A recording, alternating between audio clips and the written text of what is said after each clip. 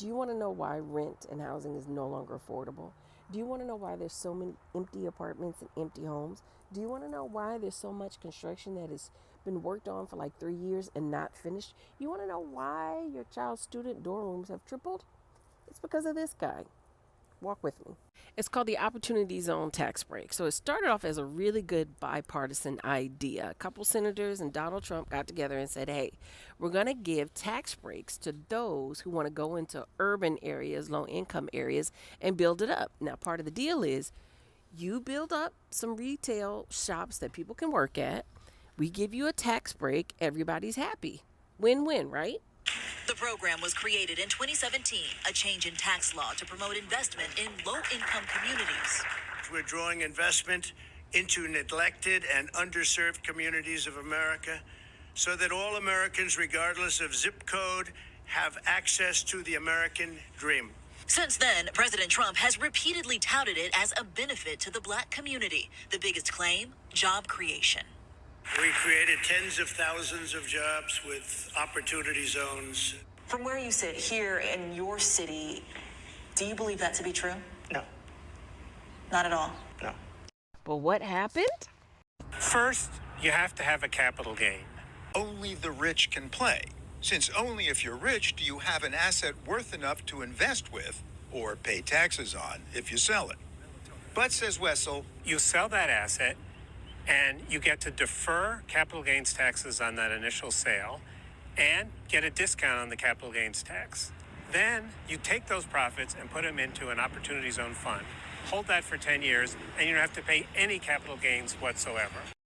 And the tax break ends in 2026.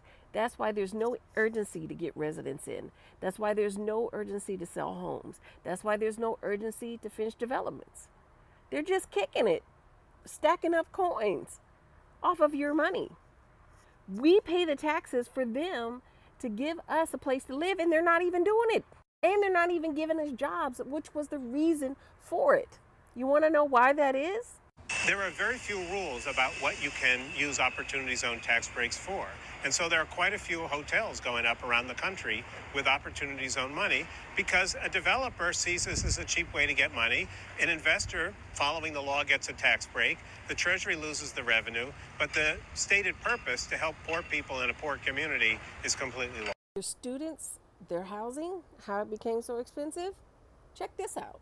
with studio apartments starting at $1,600 a month. This is a $50 million project. About $20 million of it comes from Opportunity Zone money. A project with a sweet potential payoff.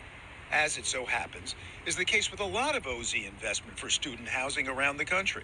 That student housing is in college towns where there aren't any poor people, but they show up in the census as poor because college kids have no income. Or consider this OZ project, says Wessel. So this is Port Covington.